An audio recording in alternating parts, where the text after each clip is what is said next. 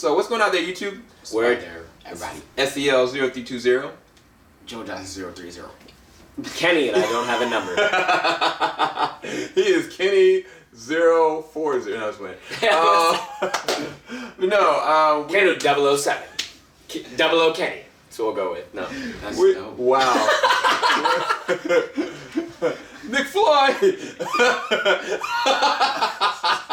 Sorry, we're doing a spoiler-filled review. So this is for episode 1, second season of Fear the Walking Dead. The name of the episode is Monster. So if you haven't watched the episode, highly recommend you go to AMC.com. Go and check it out. Take this, put it in your watch later, and come back to it because we're gonna go into some pretty heavy spoilers. This is the cutoff. Disclaimer. All right, so first thing I really want to talk about is the opening. Propeller to the face. Yes.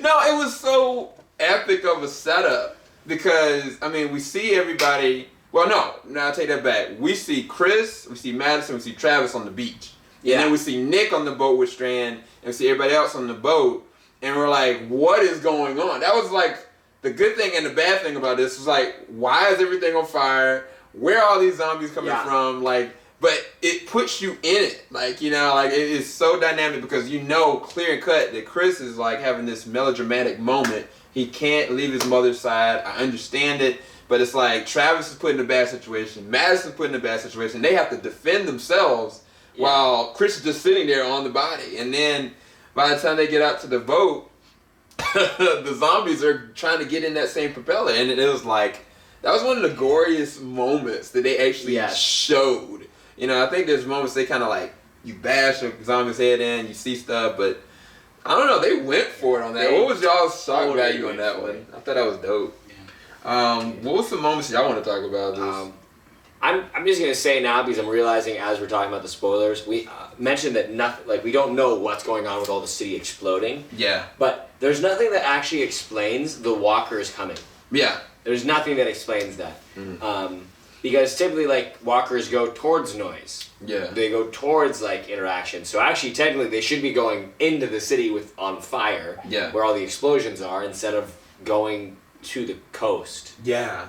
That's a little bit of a nitpick on that one. But then, other one is, we were talking about this a little bit. There's a great underwater scene that is great. It's just one of those, like, you're not expecting it to be as, I guess, aesthetic. Yeah. As it turned out to be. Mm-hmm. So that was definitely cool. Ginger zombie underwater. That was great. But then, I guess with that, when they were in the capsized sailboat, it's like, all right, riddled with bullet holes, so it's bad. But then we made a comment of the zombie, like, started attacking Nick. Yeah. And then once he pushed it away, the zombie got like really distracted. Yeah, it was almost like timid to me. I don't know if it seemed as though it heard something, but it was still looking at him and it just looked to the side. It was like he wasn't there. And it's like, I don't know if the zombie is coherent about him being there if they're not in close enough proximity. I don't know, but I feel like this is a new revelation of zombies in water that we're going to find out, I guess, moving forward. Because Nick finds himself every single episode that he's in of something new and how to deal with the zombies in a different way. And, he almost died twice. Because the first time, that underwater sequence, when he's kind of going up and looking to see somebody's capsized over, I was like, crap! Like, I was like, he's about to die. And then when the girl, like, looked at him, I don't know. It's really a mystery. And I think that they owe it to us as fans to address what that actually really was. I don't know. What were your takes on some of the things that happened in this episode?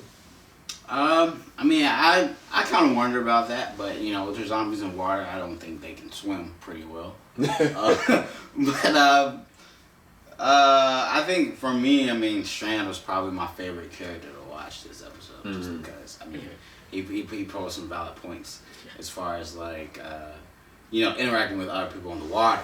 So this guy's like, no, this is my boat, and I like that aspect of the 3 rules. It's like, this is my boat. This is my boat. And in case there's any confusion, this is my boat. So, but this thing is my favorite character. And actually, I like the fact that he's. don't know. You had said he was kind of maniacal in the way that he was kind of plotting people against each other because you had caught up. And coming into this one, like he kind of gets into Travis's face and tries to like, what are you gonna do, Travis? Travis gets up. He kind of takes a step back. He took a Batman step back, like it's Batman and Batman Superman's like, wait, stop. So like he kind of took a step back. And I like that because that shows that he's not all together as much as he's trying to present. Like he's putting people against each other at the same exact time. He's trying to present himself as being the leader and the dominator because this is his boat. But at the same exact time, he's very smart. He does have a hidden agenda, but I think that he's very vulnerable, more so than we thought he was. And I think that for me, I can get behind a character like that versus a character that, he's the dominator, he's this, and like he's got this other plot point against him, against other people. Yeah. So it makes him more humanized. And I like that process about seeing that one moment he was kind of like, let me take a step back. And it's like even interesting seeing him with Nick. It's like their dynamics together. It's really weird. It's like, why are you, holding on to a junkie? Like, what is it about you internally that, that you're seeing an equation with him or seeing something better in him that you're connecting with yourself? Because there's a reason why you're keeping him around. It's not just because he's a junkie, it's something else. So I like that. I think he's actually a really impactful character. But Alicia, she is putting the group at risk. Joe made a great comment while we were watching it. Don't give teenagers cell phones. At least, I'll put a caveat, at least, like, during the apocalypse, don't give them, the radio. It's one of those things is like, wait, so you just trusted her to do that, never followed up on it, or never asked about it at all. You're at the sea for, at least a day or two, it seemed. Mm-hmm. Or at least a full day. I think they were it was a full day that they were there. Maybe longer. The timing was unsure on some of it. But you never followed up with her to see what happened? Yeah. Or hey, did you talk with anybody? Did you hear anything? And she never brought it up at all. I know she's hurting. I know she's emotionally trying to reach out for something. I think that's what they played off of a lot. Yeah. I think that was some of it. I'm could have followed up on that one a little bit better, guys. Especially for how smart a lot of these characters are, which I'd have to give props to the writers for making them smart. Yeah. And it's you just go and pull something like that. Yeah. Well, it's we have to go back to the fact that she is a teenager, and it's being a teenager that just lost her boyfriend. She keeps on going back to the tattoo. She, that connects with him. And from that standpoint, she's searching and looking. But I would have felt it been more compelling for her to try to help Chris since they started building a connection here. There, he just lost his mom.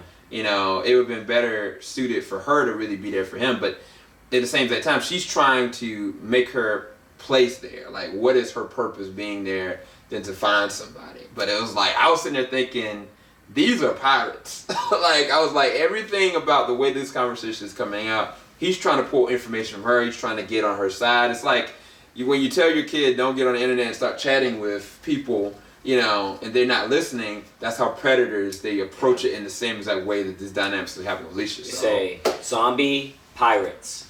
Yeah.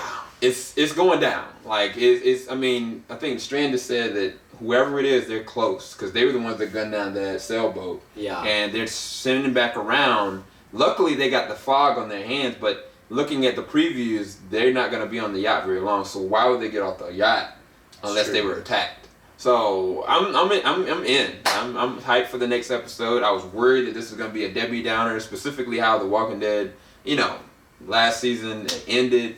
But this brings new hope for me. I don't know. So I gave it a 9. You gave it a 9. You gave it a 8, 9. Give it an 8, 9. So an 8. Yeah, we really enjoyed it. So we'll be back. Keep it locked. JVS, we ain't gonna stop. Y'all have a blessed night. Peace.